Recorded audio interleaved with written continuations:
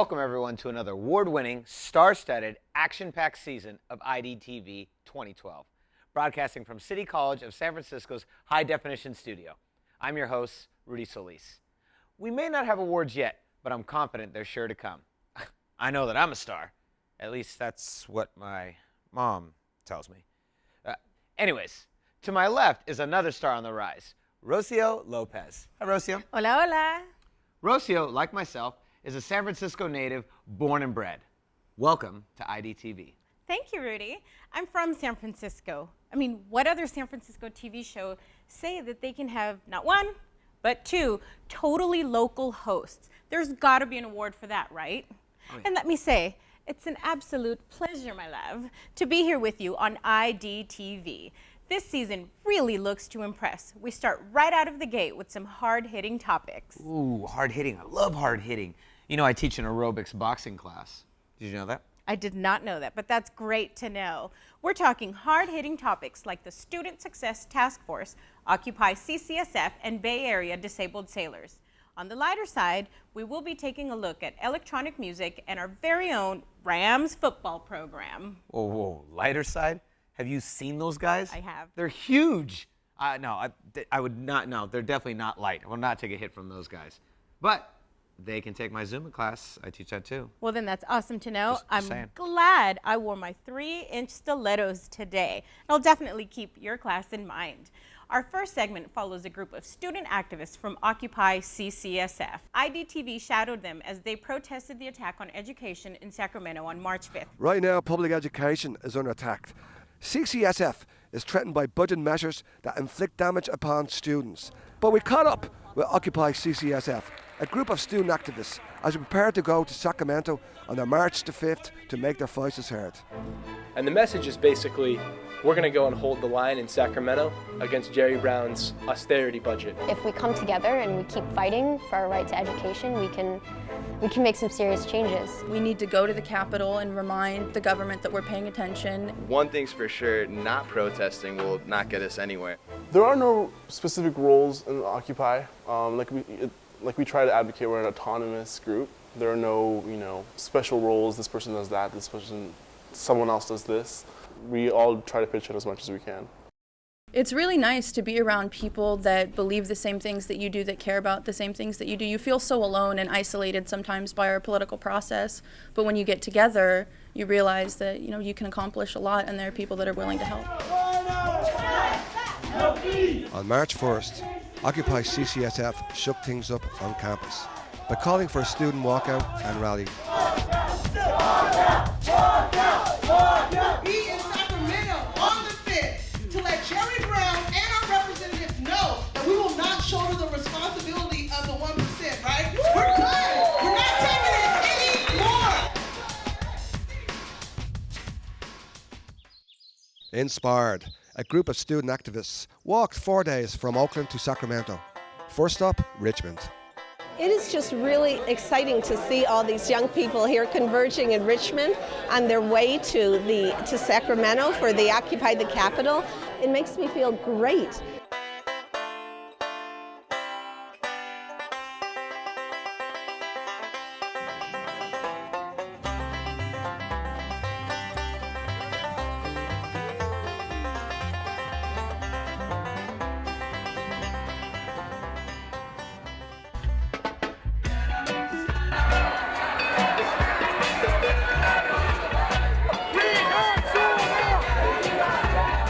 As you can see, this is insane. The 5th of March in Sacramento, and it is a march. Goes all the way back, right down past, I don't know, 9th Street. And as you look up back here, there's thousands and thousands of people demonstrating the fact that people are not happy with the way education has been run in the interest of the rich. Hey, hey, ho, ho, these budget cuts have got to go away. Hey, ho, ho, these budget cuts have got to go. Well, Sacramento, members of the legislature, Governor Brown, these are the students.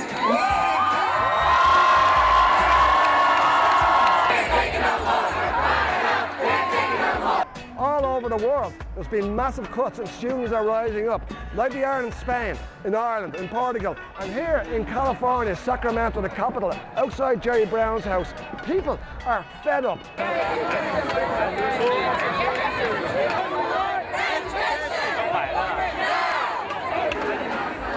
They've pushed students and teachers so far. Yeah. We had to make a stand, and we wanted to come out here with the march to fund our future march, but also to occupy. It took a lot of effort to participate and to organize that march, but it was just a truly special experience, once in a lifetime kind of thing. I know that 10, 20, 30, 40 years from now, we'll be looking back and say, hey, we were part of that change. IDTV has been very busy not only following the Occupy CCSF movement, but investigating the SSTF, or Student Success Task Force recommendations. If these are passed into law, they will have far-reaching implications affecting all California community college students. Financial aid, tuition, classes you can take, majors, funding for community colleges will all be affected. After this report, we talked to Jeffrey Fang, the CCSF student trustee. Trust me, you'll want to hear his take on this monumental initiative. Let's check it out. Narrowing the path while widening the gap. That's what we're talking about here today. And that's what these recommendations will do if they go through. Student Success Task Force was created in early 2011 to help improve student success throughout California community colleges. Though it was called Student Success, there was only one student on the group. There were about 4 faculty, some administrators, and some educational experts. The Chancellor and the Board of Governors President are concerned with transfer rates because that's how they get their funding. Because when you go to legislators in Sacramento, they don't understand the subtleties of education. They don't understand that a guy like me may take a year and a half to figure out how to go to school. They don't care. What was troubling was that the Student Success Task Force recommendations for success focused on young students 18 to 24 years old, instead of all students of all ages, ethnicities, and education levels. You're leaving out all kinds of students. You're leaving out students who are out in the workforce and need to improve their jobs. You're leaving out students who are taking ESL and are improving their English but aren't necessarily going on to a full degree at this point. Another problem with the Student Success Task Force was that they had a focus on making money rather than focusing on improving overall student success. One of the pieces of legislation, SB 1456 that's out there, has a part in it saying, well, let's redefine the kinds of activities that will be funded through this particular funding stream. If you take 5% off the top for the State Chancellor's Office, then that means that for every dollar the State Chancellor's Office would get, 17 cents would go to the average community college. The Student Success Task Force was created in less than a year. The task force was made up of 8 main objectives. Within these objectives, 22 recommendations were created to improve overall success. They made recommendations that didn't have the backing up of funding. They made recommendations that relied too much on technology. They made recommendations that would rely on having more counselors. If they make a requirement that says, you have to go meet a counselor and make an education plan, and now everyone has to do it, you would think that they would give us more counselors. But they don't, and they can't. What they cared about was getting it through with as little public comment as possible, with as little input as possible, as quickly as possible under the radar so that it could be done. The quicker it goes through, the less people object. My complaints with it is they discounted a lot of the feedback they got. They had a website on which they were taking feedback on people could write in and say things. And overwhelmingly, the people who wrote in said, there's this problem, there's that problem, there's this other problem, there's these unintended consequences you're going to end up with if you do these things. And a year is just not enough time for something so major, something so sweeping, something so huge. I mean, California has 160 community colleges. That's a quarter of the community colleges in the entire country. We have 25% of all the schools of the community colleges in the country. What happens here happens in the nation. Those of us who weren't lucky enough to be born with the resources to get through school are going to have a harder time being in it, paying for it, and getting out. We're back in the studio. That was some incredible footage. As you've just seen, the Student Success Task Force has so many facets to it. Today, we want to focus on the student's perspective. We are joined in studio by student trustee Jeffrey Fang. He has been a driving force to inform, educate, and initiate action in City College students regarding this important matter. Welcome to the studio, Jeffrey. It's such a pleasure to meet you. Now, there's a lot of buzz concerning the Student Success Task Force. Why are students and faculty so upset? Well, first of all, thank you. It's an honor to be here. The student and faculty are upset because the Student Success Task Force is a plan not for student success, but to ration education. Because of the economic hard time, this plan was designed to limit the mission of community college to serve less students, focus only on certain people, certain populations, mostly recent high school grad, and much of it is done without detailed research. One of the recommendations requires students to have a declared major and locked within 1 year. What happens, I don't know, what happens if we decide to change our major? Well, there is no penalty in place for changing major. However, what is asking you to do is it asks you to choose a major very quickly without much research into what you want in life, what you really want to do, and what the design is to put you on a prescripted course and push you through right to UC or CSU or wherever you may be, because they don't want you around too much longer than you want to be.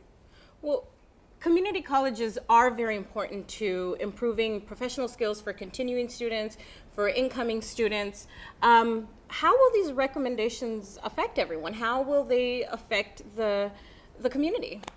What it will do, it will take out the community out of community college and move us into a very strict junior college model.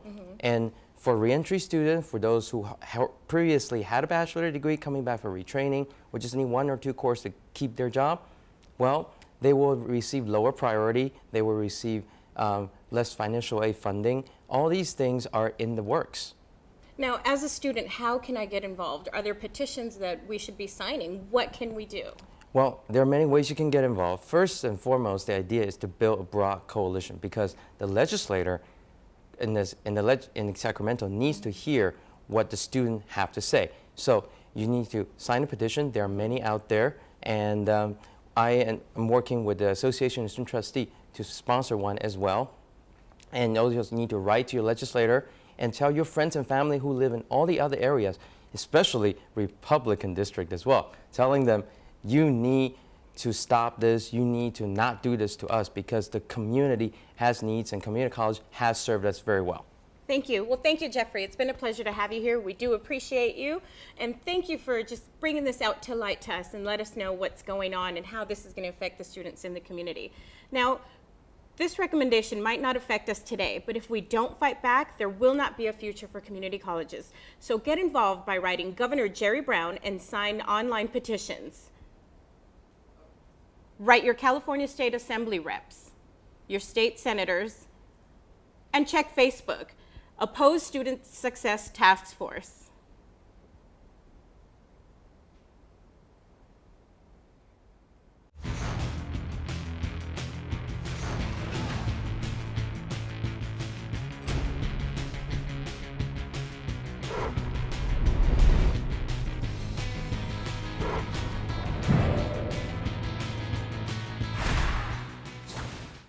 For 25 years, BADS, or the Bay Area Association of Disabled Sailors, has quietly carved out a niche on the San Francisco waterfront as the preeminent organization for sailors with disabilities. IDTV was privileged to sail with BADS, so strap on your life jackets, batten down those hatches, we're sailing, me mateys, yarg! For those of us that have had the pleasure of sailing, we know that it is hard work.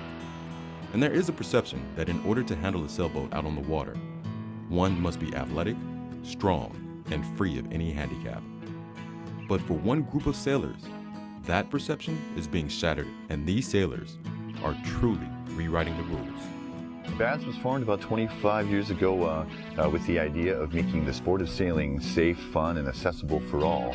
We bring our members and our sailors, all of whom come with different limited abilities, and we kind of put a team together made up with some able-bodied personnel, along with our differently abled members. With that team, it becomes what we call co-ability, and now we go out and safely sail the bay.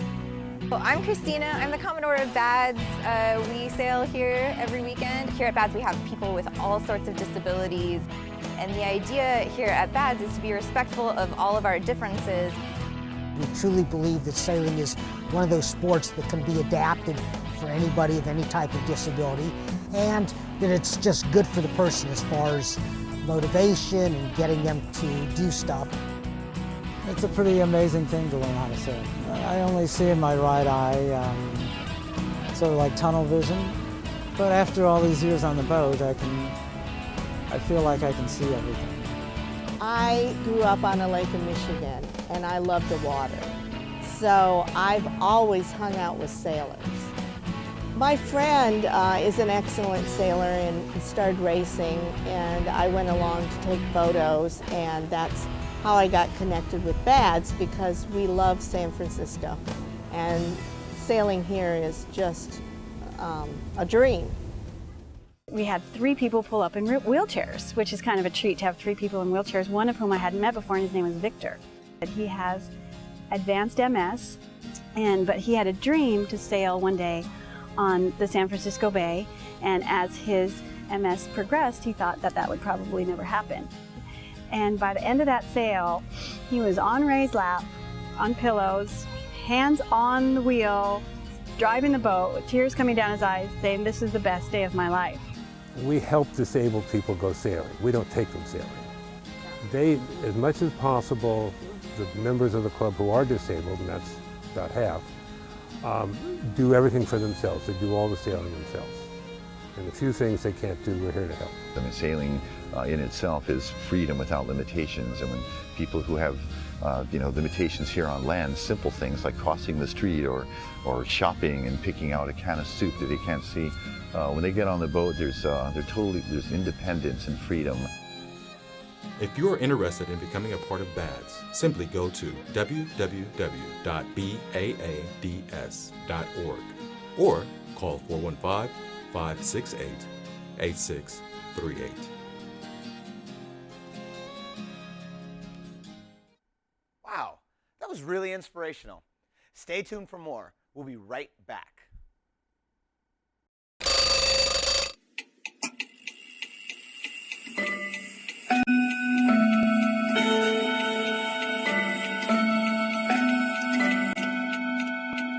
Our own Benny Bell was out on the sports scene today talking to our football team's heavy hitters about their past record and why they currently can't stop smiling.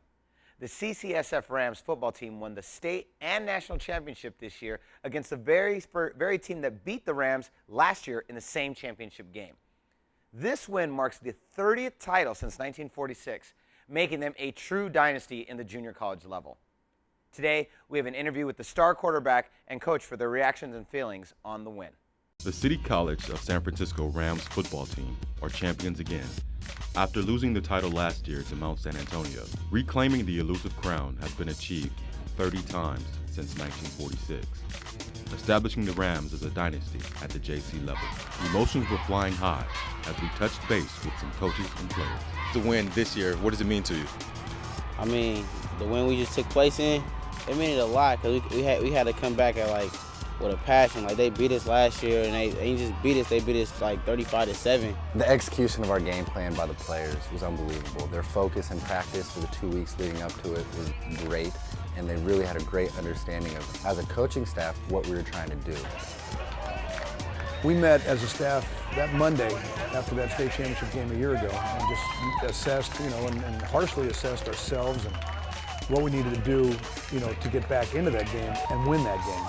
To be back in this game was our goal. Whether we played Mount Sac or whoever we played really didn't matter. Our quarterback was responsible at the line of scrimmage to make a lot of decisions that we didn't make as coaches. Bobby Burton, our running back, had him ran for 170 yards, and that was huge. The ability to have balance, with our run and pass was huge. 4 different guys caught touchdown passes. to be honest, the game plan was executed nearly flawlessly.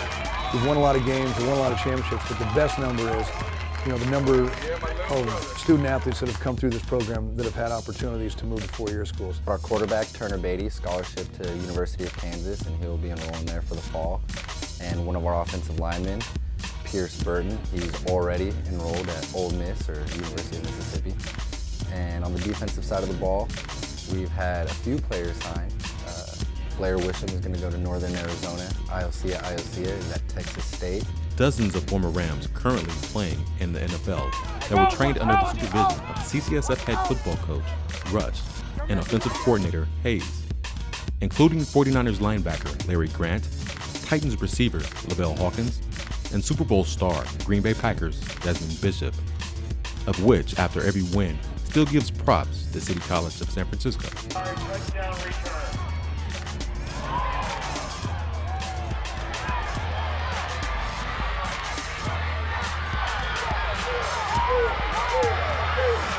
Desmond is one of the most exciting football players you ever saw. What would be the next step for you outside of CCSF? Where would you like to go?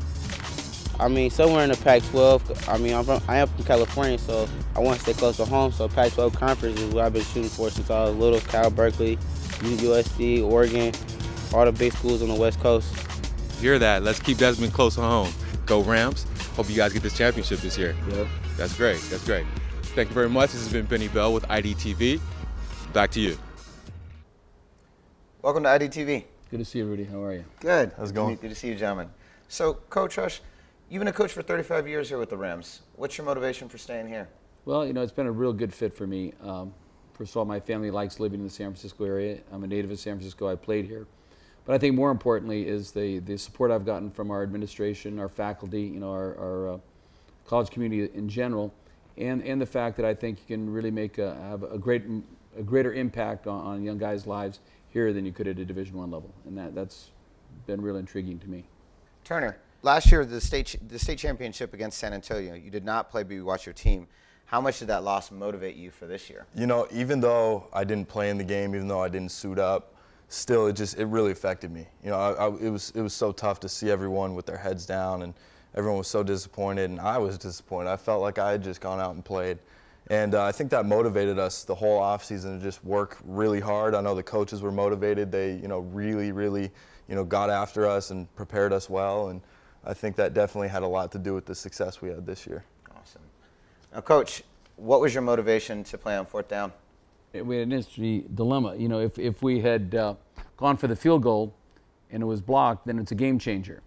If we go for the first down and we don't make it, they still have 85, 86 yards to go. So I had a lot of faith in our staff, a lot of faith in Turner to make a play, so we decided to go for it, and it turned out to be the right call. How did you feel? Oh, I love it. I love having the ball in my hands, with the chance to make a play. And I saw no free safeties, so I held everyone else down. I sent, one of our best wide receivers, Daniel McKinney, I sent him on a post route.